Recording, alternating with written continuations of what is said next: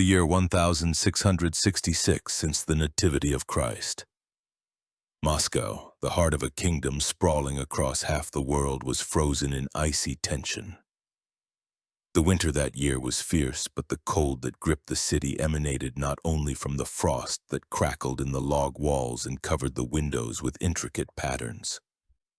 The chill came from within, from the very center of power, from the palace of facets in the Kremlin, where a trial was being held, the likes of which Russes had never known. In the damp gloom, illuminated only by the unsteady flame of hundreds of candles, the great Moscow Council had assembled. This was not merely a gathering of the highest hierarchs.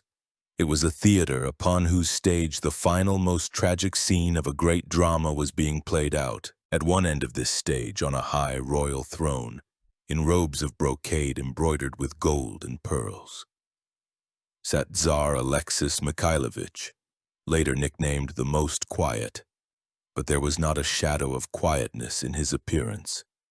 His pale face, framed by a fair beard, was tense, and in his eyes, usually meek, a storm was brewing, a mixture of anger, old resentment, and perhaps poorly concealed pain from the betrayal of a former friendship. Opposite him, on a simple bench intended for the accused, loomed a gigantic figure clad in a simple black monastic cassock. It was he, Nikon. Only yesterday he was, by the grace of God, the great Lord and Sovereign Archbishop of the reigning city of Moscow and of all Great and Little and White Russia, and of all the northern lands and the sea coast, and Patriarch of many states. Only yesterday he was the bosom friend, the closest advisor and spiritual father to the Tsar, bearing along with him the title Great Sovereign. A man whose will was law, whose word shook the foundations of the state, whose designs stretched far beyond the borders of the Muscovite Tsardom, dreaming of a universal Orthodox empire with its center in the Third Rome. And today he was the accused, charged with pride, with abandoning his see of his own will, with reviling the Tsar and the entire state. Around them, like an ancient chorus, were the actors in this drama, Boyars with flowing beards in whose eyes a poorly hidden triumph burned, for they had long hated the powerful and stern-tempered Patriarch. Russian hierarchs, many of whom he himself had appointed, now sat with downcast eyes, not daring to look up at either the Tsar or their former master. And the chief judges, specially summoned from far-off lands, were two Eastern patriarchs, Paisios of Alexandria and Macarius of Antioch, whose exotic vestments and dark complexions added a surreal quality to the proceedings. They, representatives of ancient but long-fated thrones, were called upon to decide the fate of a titan who had led the youngest and most powerful Orthodox Church in the world. The air was electrified. Every word of the accusation read by a deacon fell into the echoing silence like a hammer blow. The Tsar accused Nikon of trying, with his unbridled pride, to place the priesthood above the dukedom, to humiliate the royal authority granted by God. Nikon, unbending, answered with a thunderous voice, denouncing the Boyars for their intrigues and the Tsar himself for ingratitude and for indulging the enemies of the Church. This was not just a legal dispute. It was a tectonic rift, a clash of two worldviews, two concepts of power, two suns that had so recently shone in unison in the Russian sky. The Tsar and the Patriarch had met in a mortal struggle, and one of them was bound to be extinguished. None of those present could yet fully grasp the scale of what was happening. They did not know that this trial would be not the finale, but merely a prologue to a tragedy that would stretch for centuries. That the crack driven between the Tsar and the Patriarch would turn into the deepest schism among the people, dividing Russians into Nikonians and old believers, into followers of the old and new faith, and that this wound would never fully heal. They did not know that by crushing Nikon, they were unwittingly paving the way for a model of state, where the Church would become just another cog in the state machine, completely subordinate to secular power.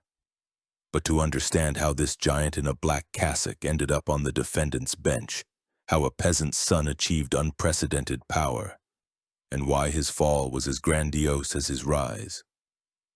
One must go back many decades to the dense forests of Nizhny Novgorod, where at the very beginning of the turbulent 17th century, a boy was born into a poor Mordvin family, given the simple name Nikita. No one then could have imagined that this boy was destined to shake the Russian Tsardom to its foundations and to forever inscribe his name, Nikon, in the annals of great and tragic history. Before the formidable Patriarch Nikon, a titan of spirit and a builder of empires, appeared to the world, there was the boy Nikita. And to grasp the nature of the unbending will, the all-consuming ambition, and the almost superhuman energy that drove him all his life, it is necessary to immerse oneself in the harsh, joyless reality of his childhood. His path began not in palaces or boyar mansions, but in a smoke-blackened peasant hut in the small village of Veldamanovo in the Nizhny Novgorod province, in May of the year 1605.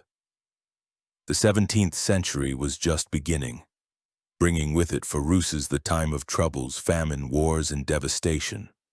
But for little Nikita Minin, born into the family of a simple peasant, the troubles were not only in the state, they reigned in his own home.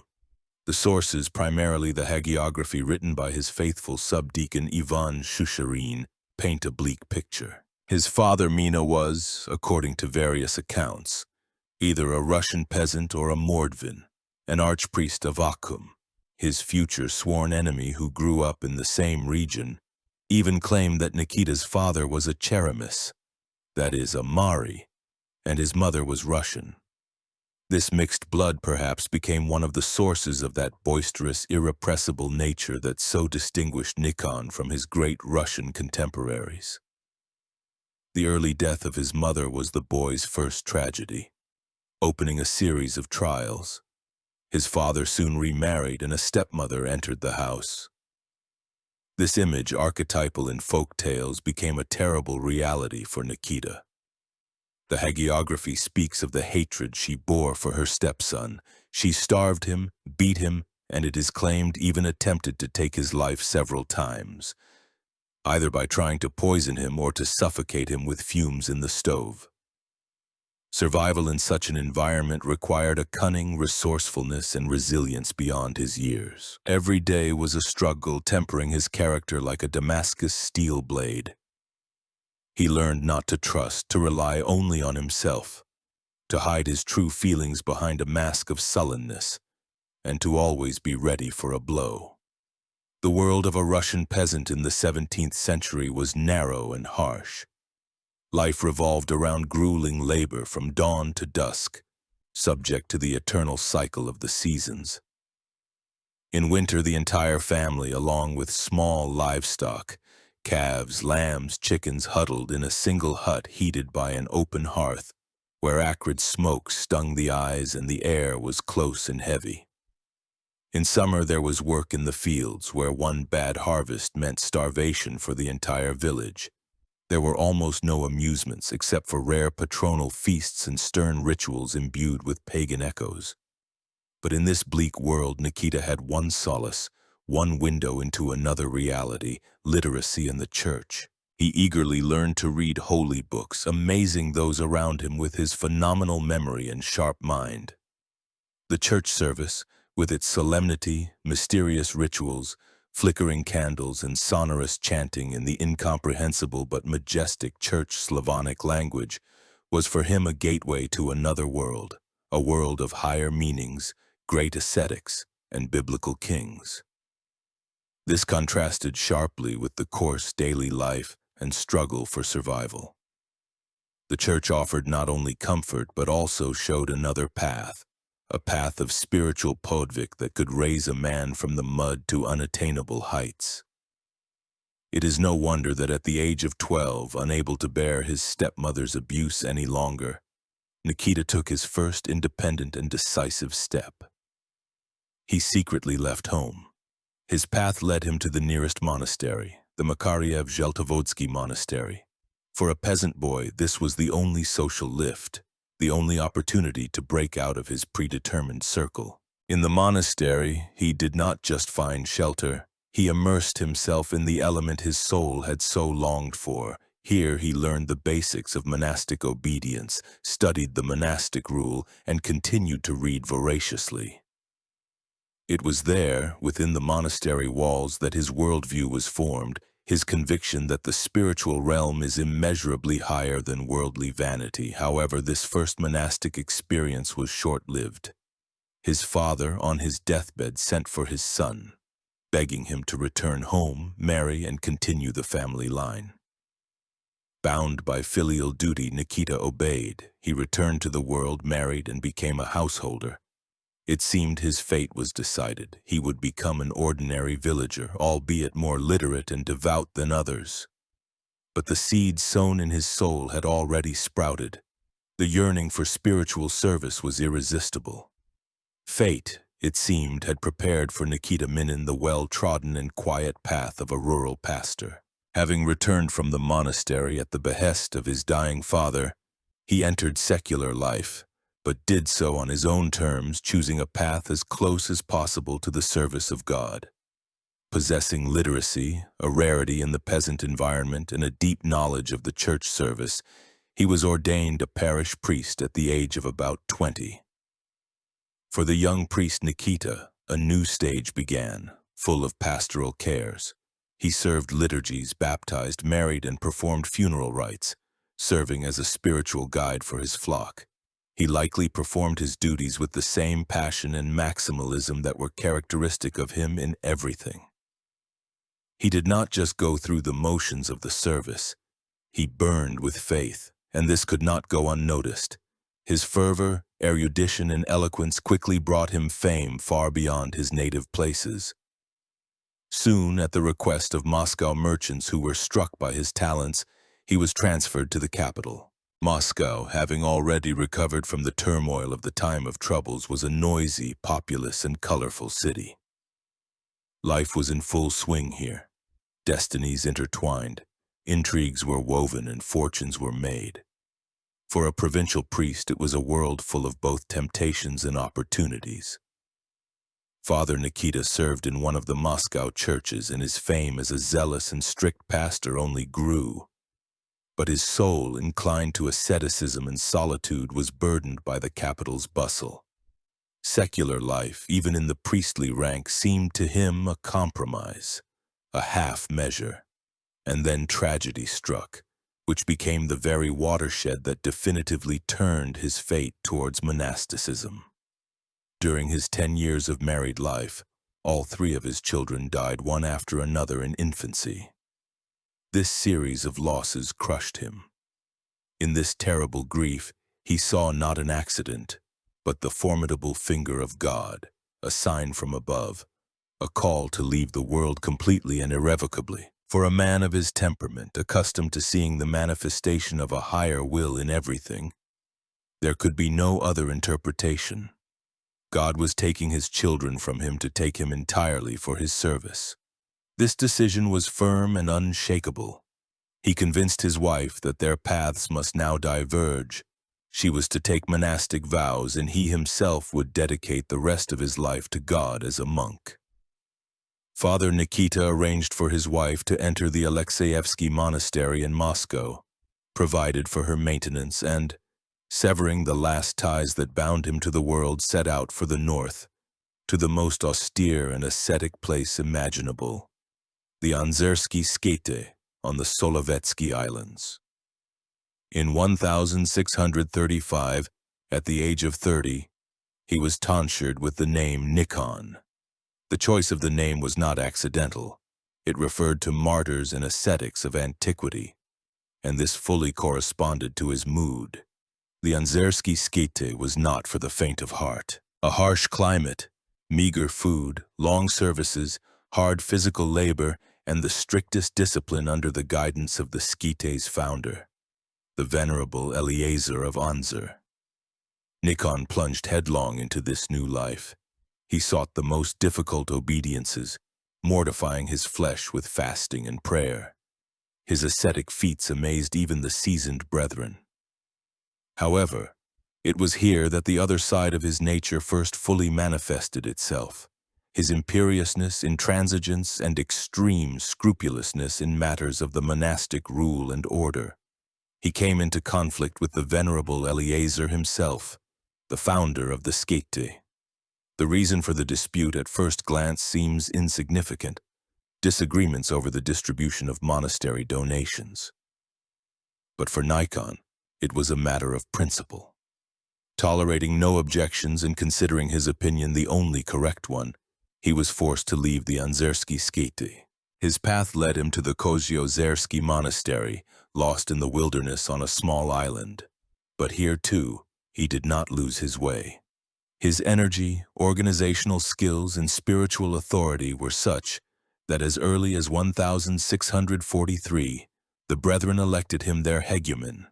The former peasant's son, the former parish priest who had endured personal tragedy, became the head of a monastery. With an iron hand, he established order, managed the economy, and demanded strict observance of the rule from the monks. He was no longer just an ascetic monk, he was a master, albeit for now on the scale of a single monastery lost in the woods. He had learned not only to obey but also to command, and fate was already preparing for him a new, much wider stage for the manifestation of his talents. While hegumen Nikon, in the wilds of the Koziozero Monastery, ruled his entrusted domain with an iron hand, a new Tsar ascended the throne in Moscow. In 1645, after the death of Michael Fyodorovich, his 16-year-old son Alexis inherited the crown. The young monarch, later nicknamed the Most Quiet, was a deeply pious, impressionable individual who sincerely desired the good of his kingdom. He sought spiritual support, sought people capable not of flattery but of speaking the truth, of guiding and advising. And it was at this moment that Providence brought him together with Nikon. In 1646, on monastery business, probably to collect donations, hegumen Nikon arrived in Moscow. According to established procedure, he was to present himself to the Tsar's confessor, the influential archpriest Stefan Vonifatiev, who was the center of the so-called circle of zealots of ancient piety. This circle, which included prominent clergy and even the young Tsar himself, aimed to reform the morals of the people and the clergy, to combat drunkenness and superstitions, and to bring order to church life. The meeting with Nikon made a colossal impression on Vonifatiev and the other zealots. Before them stood not an ingratiating provincial hegumen, but a man of enormous stature, with a piercing gaze, a thunderous voice, and unshakable self-confidence. He spoke not of money, but of spiritual problems, of the need to strengthen the faith, of the loftiness of priestly service. His erudition, sharp mind, and energy distinguished him sharply from the general run of clergy. Soon Nikon was introduced to Tsar Alexei Mikhailovich himself. This meeting was fateful for both of them and for all of Russia. The 16-year-old, gentle-natured Tsar was completely charmed by the 40-year-old hegumen. In Nikon he saw what he himself perhaps lacked: a titanic will, decisiveness, and a readiness to go to the end for an idea. Nikon, in turn, saw in the pious sovereign the ideal instrument for realizing his grandiose plans for the transformation of the Russian church and state. A special spiritual bond, a deep sympathy that would later be called friendship, instantly arose between them. The Tsar no longer wanted to let such a man go back to the wilderness. Instead of Koziozero, Nikon was appointed archimandrite of the prestigious Novospassky Monastery in Moscow, which was the ancestral burial place of the Romanovs. This was a sign of the highest trust. Alexis Mikhailovich often came there to pray, and after the service, he would have long conversations with the archimandrite. Nikon became his closest advisor not only in spiritual but also in state affairs. Every Friday he was required to appear at the palace for conversations. The Tsar, trusting his intelligence and honesty, entrusted him with receiving petitions from all the offended and oppressed, who sought his protection from the injustice of judges and boyars. Nikon's fame as an intercessor and a lover of truth thundered throughout Moscow. His influence on the Tsar became boundless. He joined the inner circle of the zealots of piety, where his voice quickly became decisive. Among these zealots was another bright and passionate man, the archpriest of Urievets, Avvakum Petrov. In those years they were comrades in arms, like-minded individuals, both zealous for piety. They did not yet know that in just a few years they would become sworn, irreconcilable enemies, personifying the two poles of the coming schism. Nikon's rise was as swift as a falcon's flight. In 1649, just 3 years after his appearance in Moscow, he was elevated to the rank of Metropolitan of Novgorod and Velikiye Luki, one of the most ancient and honored sees of the Russian Church. The consecration was performed by the Patriarch of Jerusalem, Paisius, who was visiting Moscow. Now Nikon was not just an archimandrite, but one of the highest hierarchs. The Tsar, sending him to Novgorod, gave him special powers, not only to govern the diocese but also to oversee secular administration, reporting on everything personally to the sovereign. Nikon became the sovereign's eye in the northwest of the country. He left the capital not for an honorable exile, but as a viceroy vested with extraordinary trust. The path to the patriarchal throne was almost open. If Moscow was Nikon's springboard to power, then Novgorod the Great became for him a true crucible, where his character was tested not only by spiritual authority, but also by harsh political reality. His appointment to the Novgorod See in 1649 was not just a promotion, it was an immersion into one of the most complex and rebellious regions of the Muscovite Tsardom. Novgorod, although its liberties had long been crushed by Ivan III and finished off by the Oprichnina of Ivan the Terrible, still retained the memory of its former independence. The spirit of the Veche Republic had not completely vanished. The Novgorodians were a proud people, accustomed to active trade with the West, and to freer customs than in the center of the state. And it was in this environment that the new Metropolitan had to assert his authority and the sovereign's will. Nikon began his rule in his characteristic manner. Harshly, decisively, and uncompromisingly, he immediately set about bringing order to the church life of the diocese, demanding strict morals and unwavering observance of the rule from the clergy.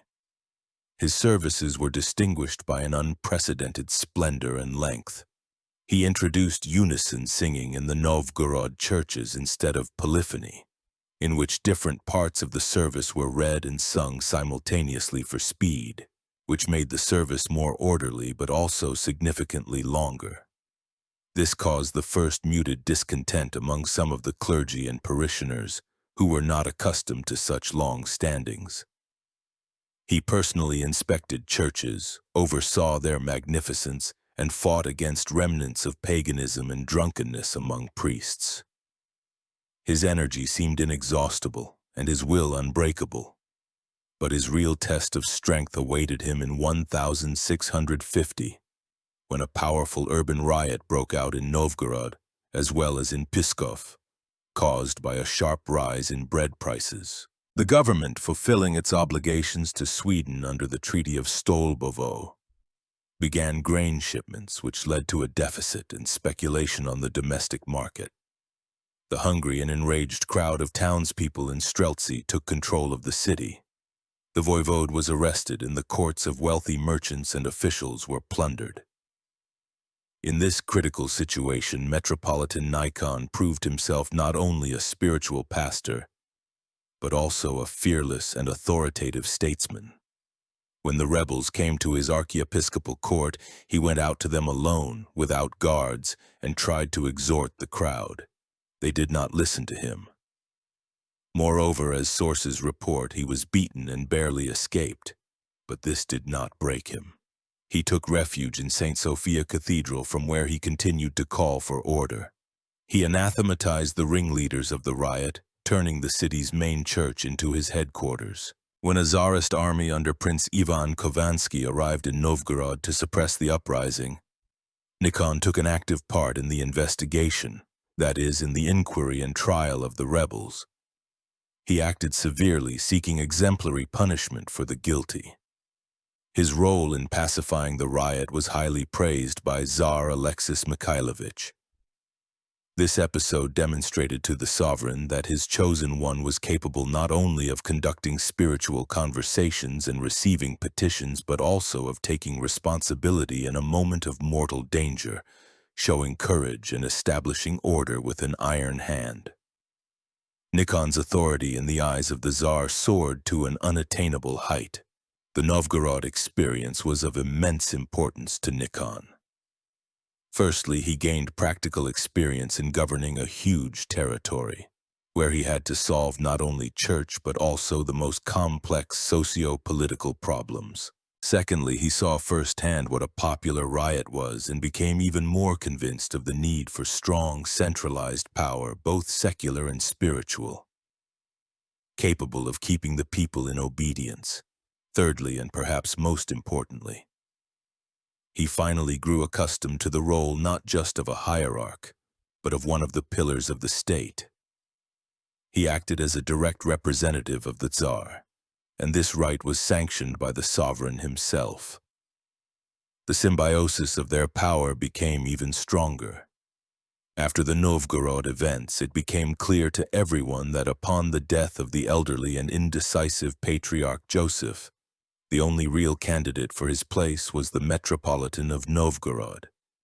He had proven his loyalty, his strength, and his ability to embody the sovereign's will.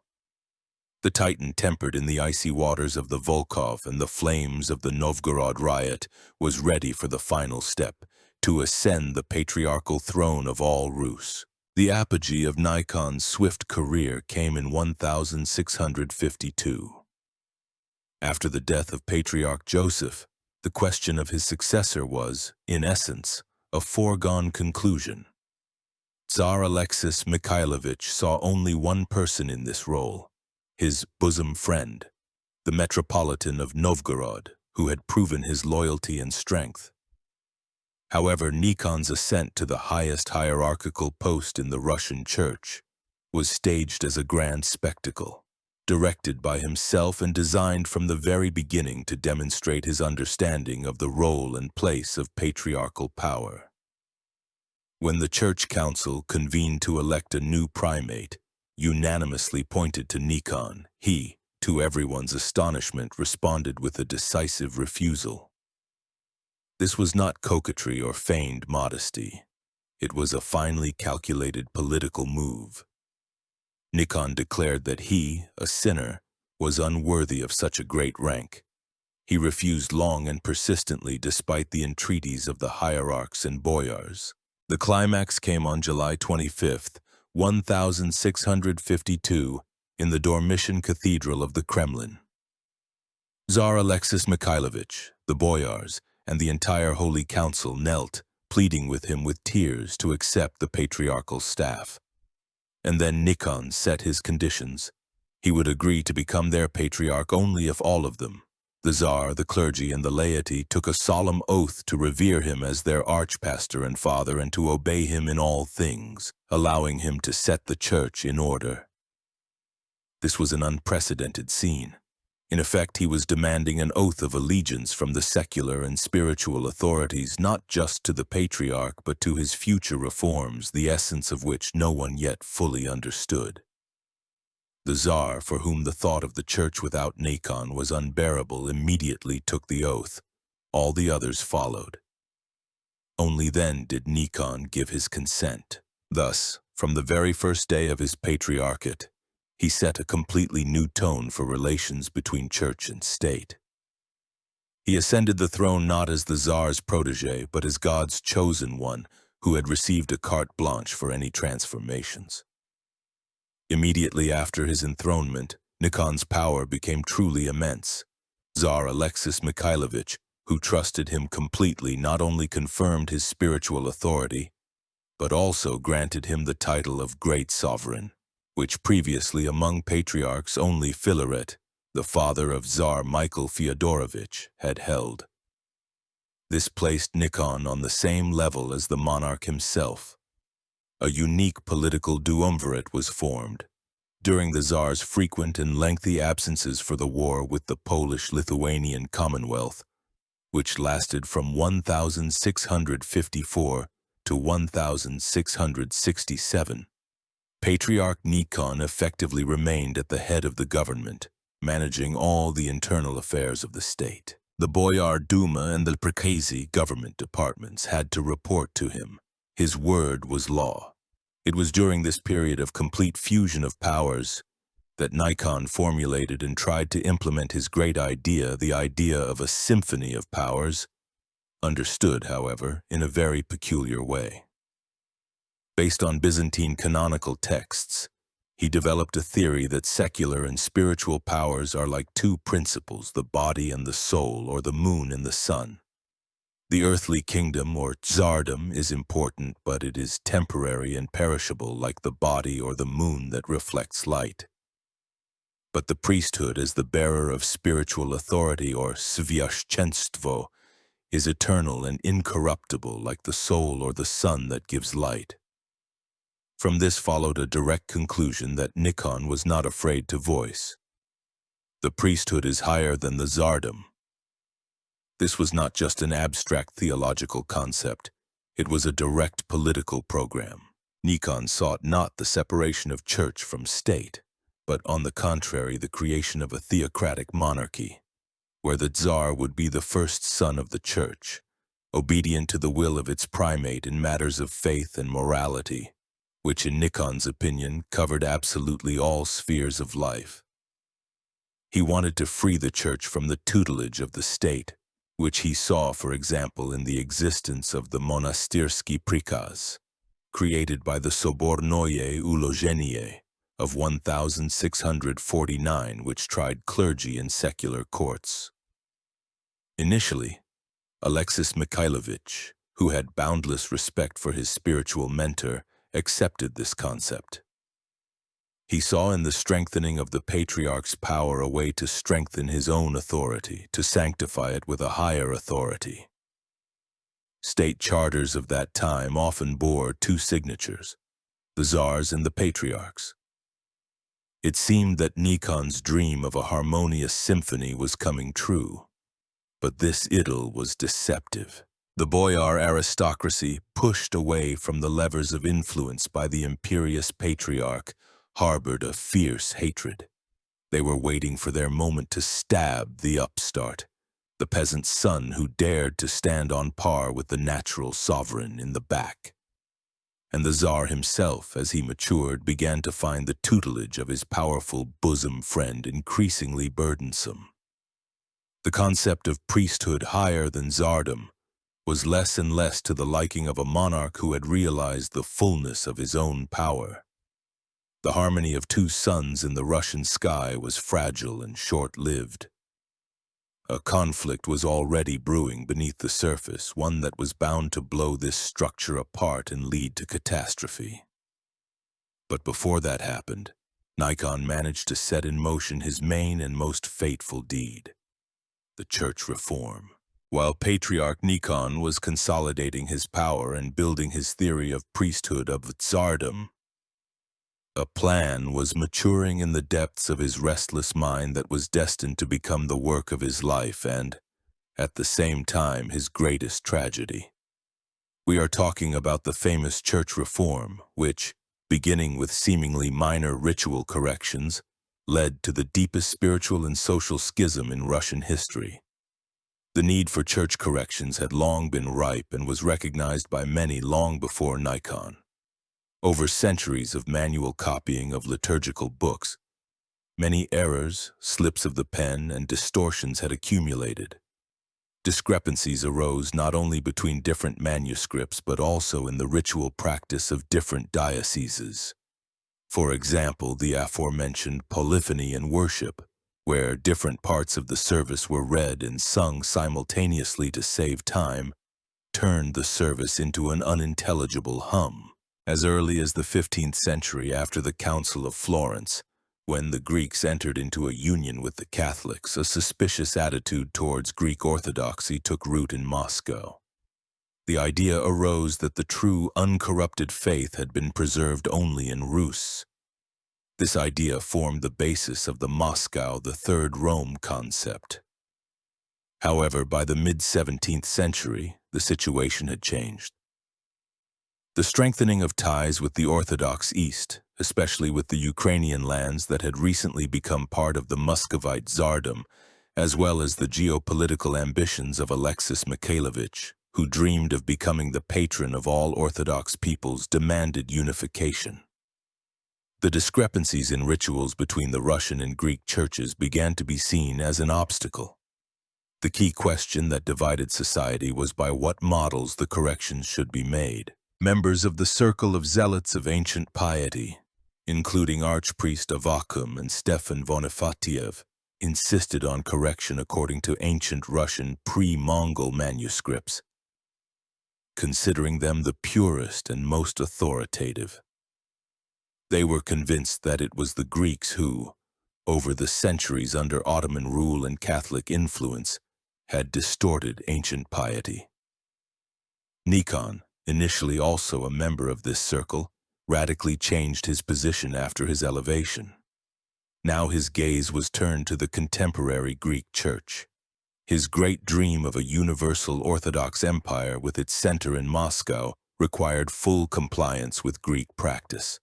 For him, unification with the Greeks was not just the correction of errors, but a step towards the realization of a grandiose geopolitical project.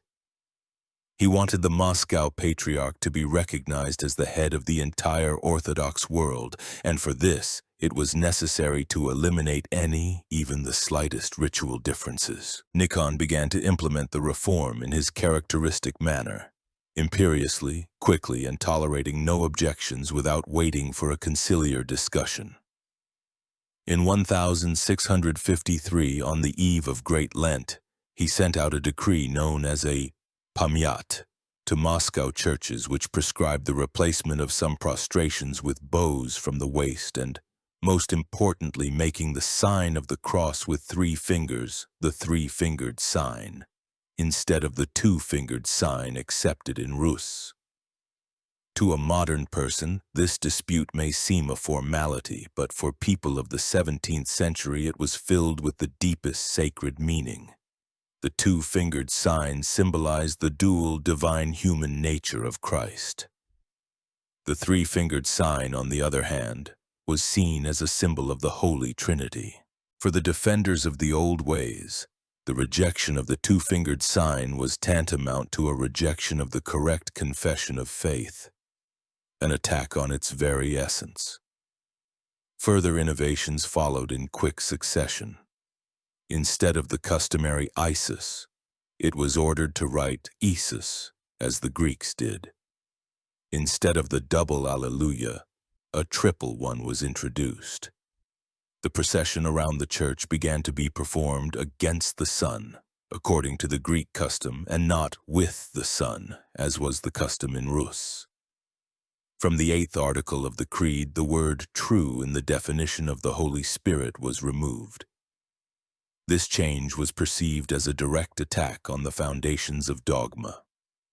The main direction of the reform was a total book correction.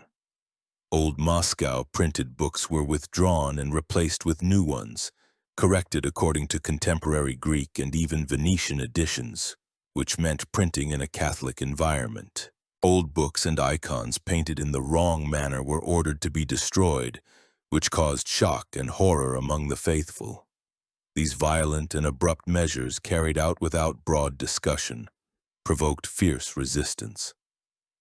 Nikon's former comrades in the circle of zealots became his bitterest enemies. They accused the Patriarch of betraying the holy Russian antiquity and introducing Latin heresy. The leader and banner of this resistance was Archpriest Avvakum. This was a figure who, in strength of spirit, passion, and inflexibility, was not inferior to Nikon himself. A native of the Nizhny Novgorod lands, like the Patriarch, he was a man of fiery faith, a brilliant preacher and writer whose language, juicy, figurative, full of folk humor and biblical pathos, reached the hearts of thousands. For Avvakum and his followers, Nikon's reform was not just a change of rites. It was an apocalyptic act, the coming of the last times, the enthronement of the Antichrist in the Russian Church.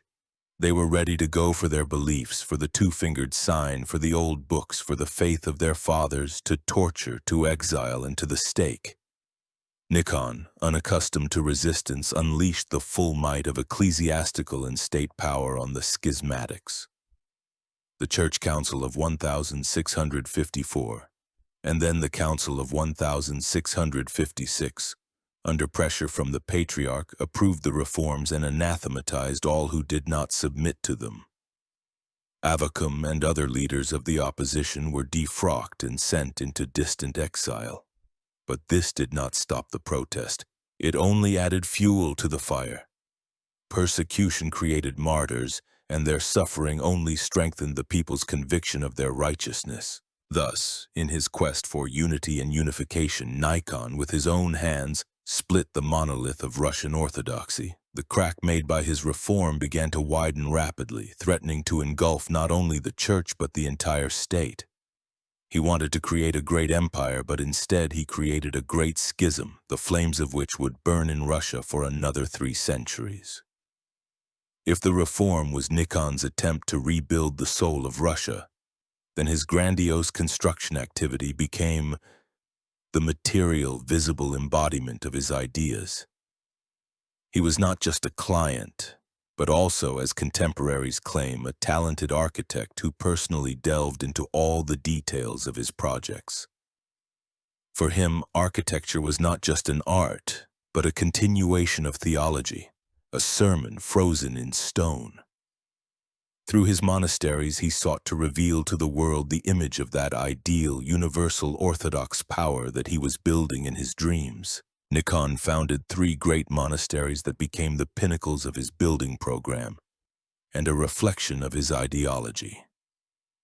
The first was the Iversky Sviatozersky Monastery on Valdai, founded in honor of the Iveron icon of the Mother of God, a copy of which had been solemnly brought from Mount Athos. This monastery was to be a symbol of Russia's spiritual connection with the cradle of Orthodox monasticism. Its construction was a demonstration that Rus was the legitimate heir to the Athonite traditions. The second was the Kresny Key Ostrov Monastery in the Onega Bay of the White Sea. This monastery was founded in fulfillment of a vow made by Nikon after he was saved during a storm at sea. It was dedicated to the life-giving cross of the Lord and symbolized the sacralization of the Russian North, the transformation of wild, desolate lands into a hallowed space. And finally, the third main and most ambitious of Nikon's projects, the crown of his creations and his beloved child, was the Resurrection New Jerusalem Monastery on the Istra River. It was here that he invested his whole soul, all his theological and political ideas.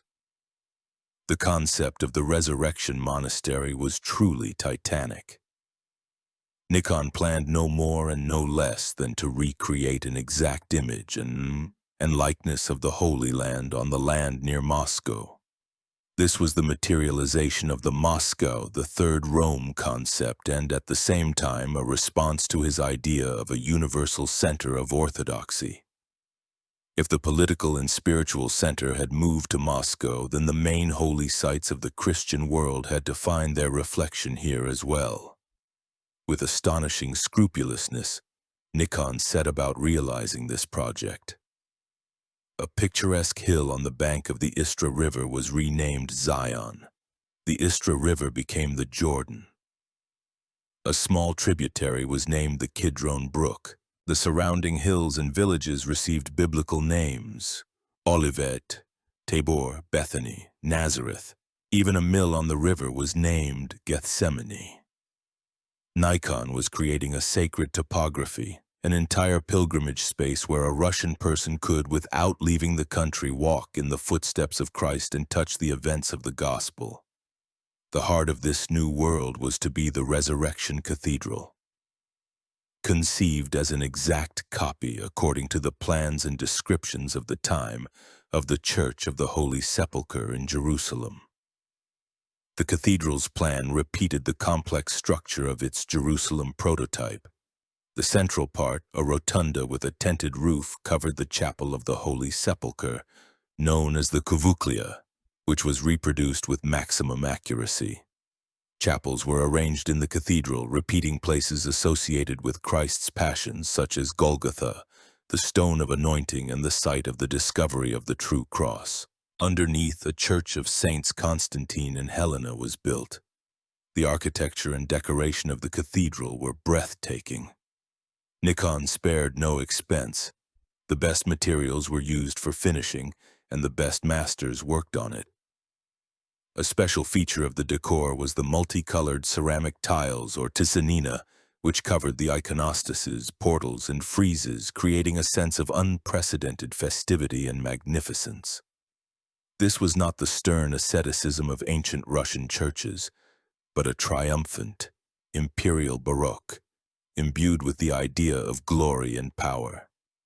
New Jerusalem was for Nikon not just a monastery.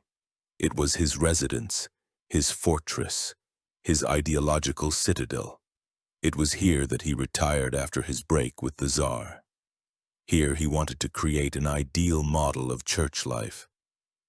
From here he continued to govern his dioceses and write accusatory epistles. This monastery was his argument in the dispute with the world. His symphony in stone, which was meant to outlive him and convey to posterity the grandeur of his design. Nikon's construction activity, like his reform, aroused not only admiration but also grumbling. The huge sums spent on these grandiose projects were a heavy burden on the monastery estates and the state treasury. The peasants who worked on the construction sites complained of unbearable labor. The Patriarch's enemies saw in this building fever another manifestation of his inordinate pride and vanity. But whatever the case, these monasteries, and especially New Jerusalem, will forever remain a monument to the titanic personality of their creator. They testify to the breadth of his designs, his imperial thinking, and his desire to remake not only the spiritual but also the physical reality of Russia in his own image and likeness. In these stones, his dream of Holy Rus as the center of the world, of a new Israel that had replaced the old, is forever frozen. The idyll of the Symphony of Powers, which seemed so strong in the first years of Nikon's patriarchate, could not last forever.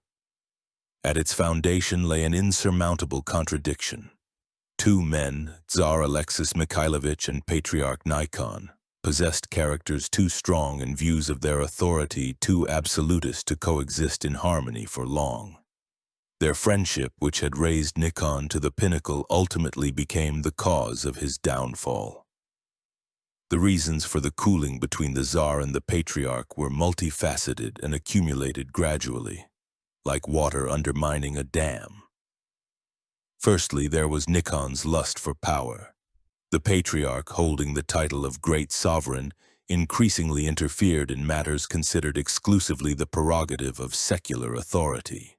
His tone became more and more imperious, and his criticism of the actions of the Boyars and even the Tsar himself became sharper. He sincerely believed that, as a spiritual father, he had the right to instruct his son sovereign, but he often did so in a crude and peremptory manner.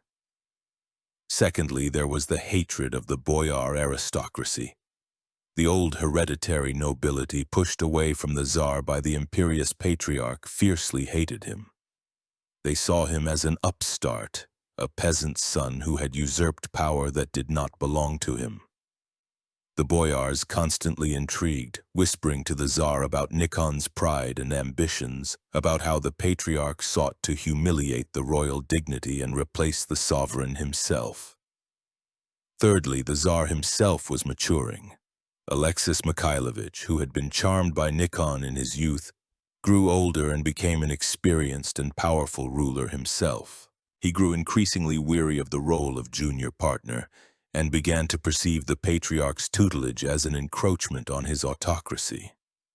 The concept of priesthood higher than tsardom was less and less to the liking of a monarch who had realized the fullness of his own power. Finally, failures in foreign policy also played a role. Initial successes in the war with the Polish-Lithuanian Commonwealth were replaced by protracted battles and setbacks. This undermined the authority of the government in general, and the ill-wishing Boyars did not miss an opportunity to hint that the Patriarch's excessive influence, distracting the Tsar from state and military affairs, was to blame. The boiling point was reached in the summer of 1658. The formal pretext was, at first glance, a minor incident. During a solemn reception for the Georgian Prince Timoraz, one of Alexis Mikhailovich's close associates, the Okolnichi Bogdan Kitrovo, struck a man from the Patriarch's retinue with a staff. When Nikon demanded an explanation, Kitrovo, feeling the Tsar's support, answered insolently. Alexis Mikhailovich himself demonstratively did not attend the patriarchal service in the Dormition Cathedral, expressing his displeasure. For Nikon, this was the last straw. He perceived it not as a personal insult, but as a humiliation of the entire patriarchal rank, of the entire priesthood. On July 10th, 1658, after the liturgy in the Dormition Cathedral, he addressed the people with a dramatic speech. He declared that because of his sins he could no longer be the patriarch in Moscow, took off his patriarchal klobuk, dressed in simple monastic clothes, and left the Kremlin on foot, retiring to his beloved Resurrection New Jerusalem Monastery. This was a desperate and risky political move. Nikon did not formally renounce his rank. He was leaving his see, hoping that his departure would cause confusion, and that the Tsar, as before, would come to him with pleas to return. He was issuing an ultimatum, counting on the state and the church being unable to function without him. He was waiting for the Tsar's repentance. But he had miscalculated. Alexis Mikhailovich, tired of his dictates and incited by the Boyars, accepted this challenge. He did not go after Nikon. Instead, he began to form a new system of church administration, effectively ignoring the existence of the Patriarch. A strange period of inter-patriarchate began, lasting 8 long years. The two suns that had shone so brightly together had finally parted. One continued to shine in the Kremlin, the other offended and angry in the walls of New Jerusalem.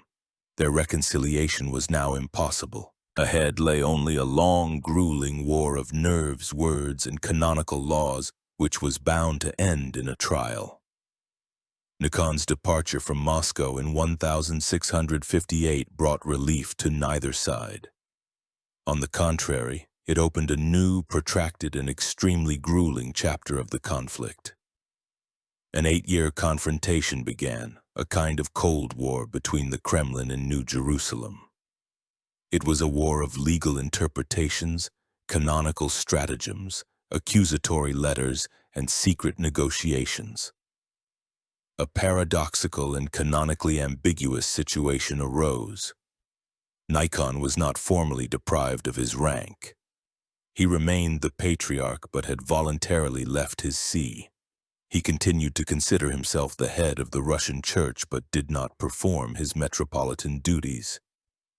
In his Resurrection Monastery, he behaved like a full-fledged master. He conducted services with patriarchal splendor, ordained priests, and governed his monasteries and dioceses.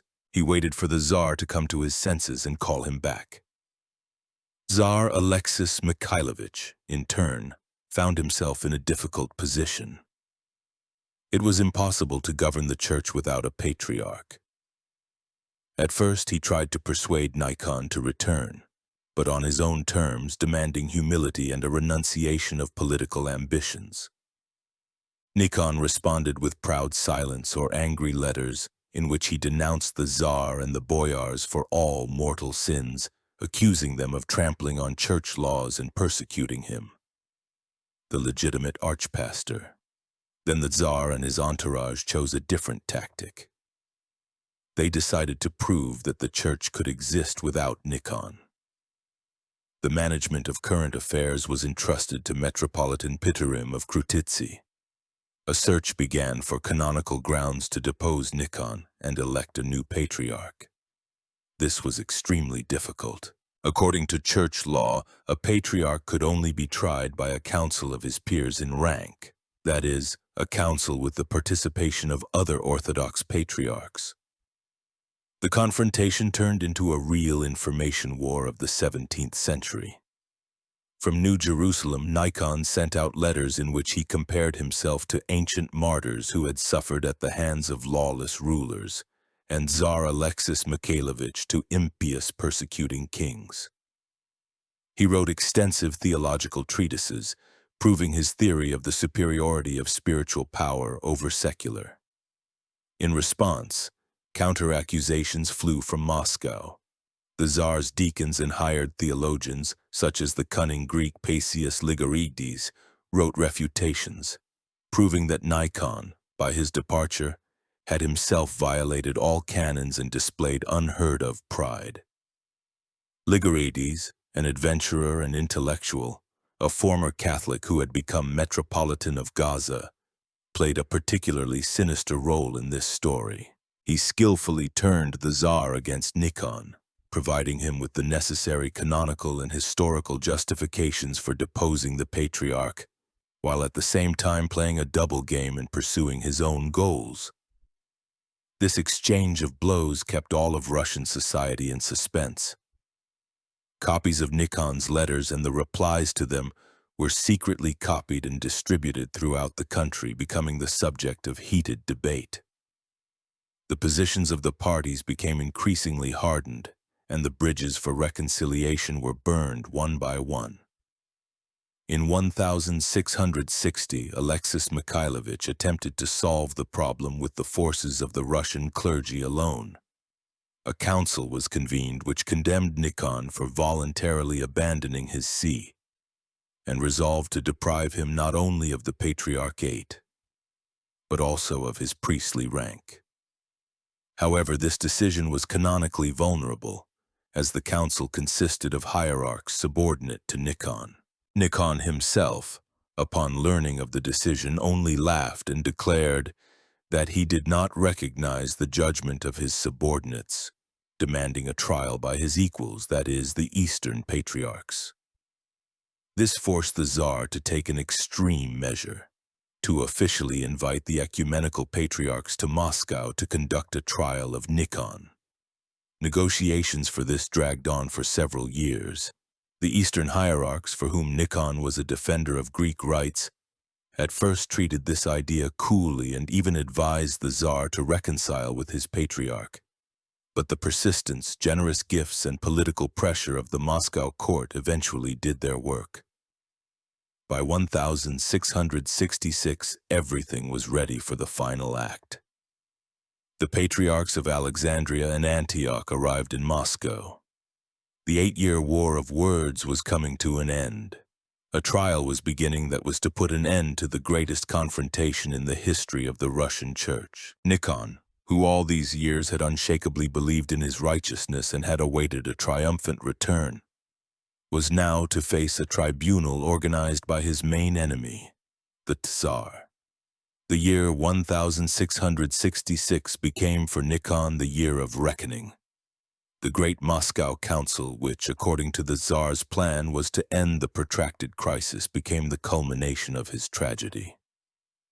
It was a grand and terrible spectacle, the public downfall of a man who had recently stood at the pinnacle of the world. The council took place in 2 stages. The first, which began in the spring of 1666, consisted only of Russian hierarchs. At this stage, all of Nikon's church reforms were definitively approved. The paradox was that the work of his life was recognized as correct and obligatory for the entire church. while the reformer himself was being prepared for condemnation. Moreover, it was this council that unleashed the most terrible curses on the defenders of the old rites, definitively formalizing the schism and handing the old believers over to the secular authorities for reprisal. The second main stage began in November with the arrival in Moscow of the Eastern Patriarchs, Paisios of Alexandria and Macarius of Antioch. Now the trial of Nikon acquired the appearance of ecumenical legitimacy. The sessions were held in the cross chamber of the Patriarchal Palace, and then in the Palace of Facets in the Kremlin. Nikon was brought from his resurrection monastery under guard like a criminal. But even here he did not change. He behaved not as a defendant but as an accuser. When he was brought into the chamber, he, seeing that no chair equal to the patriarchal ones had been prepared for him, remained standing, towering over everyone with his gigantic figure. The accusations read by Tsar Alexei Mikhailovich were numerous. The main ones boiled down to his voluntary abandonment of the throne, which was regarded as the main offense that had plunged the church into turmoil. He was also accused of reviling the Tsar and the state, as in his letters he had compared Alexis Mikhailovich to persecutors of the faith. In addition, he was accused of cruelty, of harsh treatment of his subordinates. But the central, though not fully formalized, point of the accusation was his pride and encroachment on royal power, his theory of priesthood higher than tsardom. Nikon responded fiercely and passionately. He rejected all accusations, proving that he had left not of his own will, but driven by the Tsar's anger and Boyar slanders. He again and again denounced his enemies, sparing neither the Boyars nor the Tsar himself. At one point during the session, a famous scene occurred. Alexis Mikhailovich, unable to bear it, in tears addressed his former friend, "Oh, Nikon, Nikon, to what have you brought yourself? But you yourself are to blame for everything." It was a moment of the highest dramatic tension, when the personal tragedy of two men intertwined with the fate of the entire state. Despite all the courage and strength of his defense, the outcome was a foregone conclusion. On December 12th, 1666, the final session was held in the Annunciation Church of the Chudov Monastery. Nikon was brought to trial again. The conciliar verdict was read to him. For all his faults, for abandoning his flock and reviling the Tsar, he was deposed from the patriarchal and episcopal rank, and even from the priesthood. From now on, he was to be called simply the monk Nikon. It was a terrible humiliation. From him, the giant who only yesterday had been the great sovereign, the signs of patriarchal dignity, the klobuk and the panagia, were publicly removed. He listened to the verdict in silence, with a stone face. According to tradition, when the verdict was announced, he uttered prophetic words, addressing the Greek patriarchs. "You tear my vestments, but the time will come when yours will be torn as well." The people gathered in the square sympathized with Nikon. Crowds wanted to see their former patriarch, and the authorities, fearing unrest, took him into exile, secretly deceiving the people and directing the cortege through other gates. The greatness of his name, the memory of his strength and intercession, were still alive among the people despite 8 years of disgrace. Thus ended the era of Patriarch Nikon. The Titan was vanquished. His reforms were accepted, but his idea of the primacy of spiritual power was crushed and condemned. The Council of 1666 and 1667 did not just depose one man. It changed the balance of power in Russia, definitively subordinating the Church to the state and opening the way for its complete secularization under Peter the Great. And for the monk Nikon, the last, most agonizing stage of his life began. 15 long years of exile and confinement. The verdict of the Great Moscow Council was for Nikon the beginning of a long and painful journey into oblivion. From a titan who decided the fate of a kingdom, He turned into a state criminal, an exiled monk doomed to be forgotten in remote northern monasteries. These 15 years of exile became the last and perhaps the harshest test of his indomitable spirit. His first place of confinement was the Feropontov Belozersky Monastery, famous for its frescoes by Dionysi. For Nikon, the builder of the magnificent New Jerusalem, this modest ancient monastery became a prison. He was housed in a small cell under the strictest supervision. He was forbidden to communicate with anyone except the guards assigned to him. All his correspondence was censored. He was completely cut off from the world that had so recently lain at his feet. However, even in these conditions, Nikon was not broken. He continued to consider himself an illegally condemned patriarch. He read a great deal, wrote, and practiced medicine, helping the local residents who came to him for advice and treatment, despite the prohibitions. He even set up a small vegetable garden in the monastery. But his main occupation was incessant prayer and defending his righteousness. He did not repent and did not ask for a pardon. His will remained unbreakable. Meanwhile, his enemies were not idle. They feared him even in confinement. Denunciations flew to Moscow that Nikon, even in exile, lived not like a monk, that he had not humbled himself, and that he was reviling the Tsar and the council. These sentiments intensified especially after the death of Alexis Mikhailovich in 1676 court parties hostile to Nikon, fearing that the new young Tsar Fyodor Alexeyevich might show leniency to the old prisoner, gathered all the old and new denunciations into one accusatory act. On the basis of these denunciations, without a new trial or investigation, a decision was made to transfer Nikon to even harsher confinement, to the neighboring Kirillo-Belozersky Monastery. This monastery was a real fortress adapted for holding the most important state criminals. Here, the conditions for Nikon became even more severe. He was placed in a damp stone cell and supervision was intensified. By this time, he was already an old, sick man.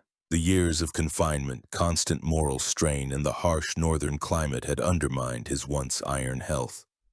He suffered from many ailments, but his spirit was still strong. He refused to recognize the council's verdict, considering himself a victim of intrigue and slander. It was during this period that he perhaps reached his greatest spiritual height, transforming from a powerful and proud hierarch into a sufferer bearing his cross. Fate, however, was preparing a final posthumous turn in his case. Tsar Fyodor Alexeyevich, son of the most quiet, was a man of a different stamp. He was deeply pious and sympathized with the sufferings of the old and sick prisoner who had once been his father's friend. Moreover, in court circles, forces more loyal to Nikon's memory began to prevail. Under the influence of his aunt, Tsarevna Tatyana Mikhailovna, and other supporters, Tsar Fyodor made a decision that had seemed unthinkable just a few years earlier. He decided to pardon Nikon, to allow him to return from exile and to end his days in his beloved creation, the Resurrection New Jerusalem Monastery. Moreover, the Tsar began negotiations with the Eastern Patriarchs to lift the conciliar prohibitions from Nikon and to posthumously restore him to the patriarchal rank. For the old, tormented prisoner, this was news of forgiveness and rehabilitation. Permission to leave Kirillov was obtained. It seemed that justice, albeit 15 years late, would triumph. Nikon, already mortally ill, began his last journey, which was a journey home, the summer of 1681. From the gates of the stern Kirillo-Belozersky fortress, where he had spent the last, most difficult years of his confinement, a wagon emerges. In it, on his deathbed, lies the monk Nikon. He had been granted a pardon, and he was returning home to his New Jerusalem to die there. This was his last journey, slow and painful, which became the epilogue to his turbulent and tragic life. Nikon, completely exhausted by illness, was accompanied by the Kirillov archimandrite and several monks. The journey by river and portage was long. The exiled patriarch's health worsened with each day. As his boat sailed down the Volga, news of his return spread through the surrounding towns and villages. People came out to the banks to see the legendary patriarch, to express their respect and to ask for his blessing. The popular memory had preserved the image not of a tyrant but of a great and unjustly wronged master. On August 17, 1681, as the boat entered the Kotorosl River near Yaroslavl, it became clear that his strength was finally failing him. Crowds of Yaroslavl residents rushed into the water to pull the vessel to the shore. People kissed the hands and feet of the dying man. He could no longer speak, but according to eyewitnesses, with his last strength, he tried to arrange his clothes and beard as if preparing to appear before a higher court. As the prayers for the dying were read, folding his hands on his chest, the former patriarch of all Rus quietly passed away. He was 76 years old. His earthly journey, which had begun in a poor peasant hut, ended on a simple riverboat surrounded by common people without ever reaching the walls of his earthly dream, New Jerusalem. But the Lord, as one of his hagiographers later wrote, had judged otherwise. Instead of the earthly New Jerusalem, he was granted the heavenly Jerusalem. Tsar Fyodor Alexeyevich, upon learning of Nikon's death, ordered his body to be transported with great honors to the Resurrection Monastery as the deceased had wished. The burial took place in the southern aisle of the Resurrection Cathedral under Golgotha. The Tsar was personally present at the funeral service and, according to tradition, wept at the coffin. Although Nikon had formerly died a simple monk, the funeral was conducted according to the patriarchal rite. This was the first step towards his full rehabilitation. The final triumph awaited him after his death, in September of 1682. After the death of Tsar Fyodor, the long-awaited letters of absolution from all four Eastern patriarchs were delivered to Moscow. In them, at the request of the Russian sovereign, they lifted all conciliar curses from Nikon and ordered him to be commemorated among the patriarchs of Moscow. The justice for which he had fought to his last breath had triumphed. He was posthumously restored to the rank that had been so cruelly taken from him. At his tomb in New Jerusalem, according to reports, healings began to occur. He began to be revered as a saint, especially as an intercessor for the unjustly persecuted and offended. The circle of his earthly life was complete. He had traveled the path from poverty to boundless power, from glory to complete humiliation and oblivion, and from oblivion to posthumous glory and vindication.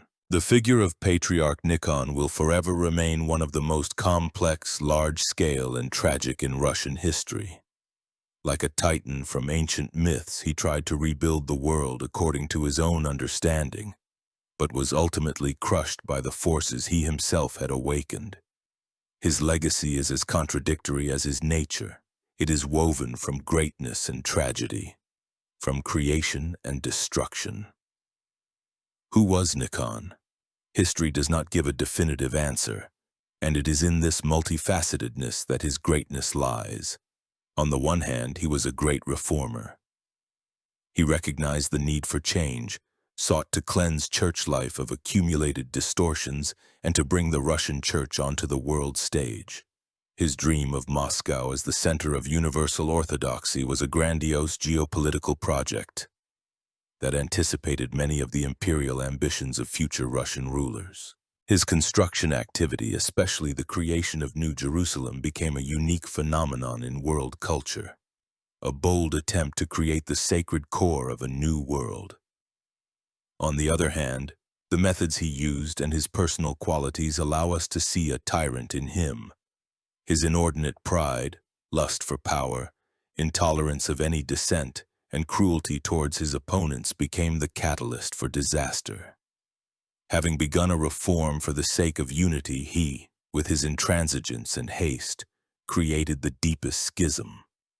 His theory of priesthood higher than tsardom, however theologically justified it may have seemed to him, was doomed in the realities of Russian autocracy and led only to his personal downfall and the subsequent subordination of the Church to the state. He was a man of extremes, in friendship and in enmity, in mercy and in anger, in creation and in persecution. In him coexisted sincere, deep faith and political calculation, a striving for holiness and a thirst for power. Vasily Kluchevsky wrote that in calm times he was difficult, capricious, and imperious, but in moments of trial he was capable of great moral feats. Herein lies his main tragedy, the tragedy of a titanic personality whose colossal talents and energy found no harmonious application and turned into destruction both for himself and for his country. The most important and most painful legacy of Nikon is undoubtedly the schism, Raskol. The crack he made divided the Russian people into two warring camps. The old believers who did not accept his innovations were subjected to the cruelest persecutions by the state for centuries, which acted with the sanction of the official church. Thousands of people were burned alive, tortured to death in prisons and deprived of their property. Many fled to the outskirts of the country, to the north, to Siberia, to the Don, creating their unique communities there and preserving pre-Nikonite culture. The schism became an unhealed wound on the body of Russia, a source of constant social and spiritual tension. Only in 1971 did the local council of the Russian Orthodox Church officially lift the oaths, or anathemas, on the old rites, recognizing them as equally honorable and salvific, but the historical wound remains. The second most important consequence of Nikon's activity, paradoxically, was the final subordination of the Church to the state. With his challenge to autocracy and subsequent defeat, he clearly demonstrated that there could not be two suns in Russia.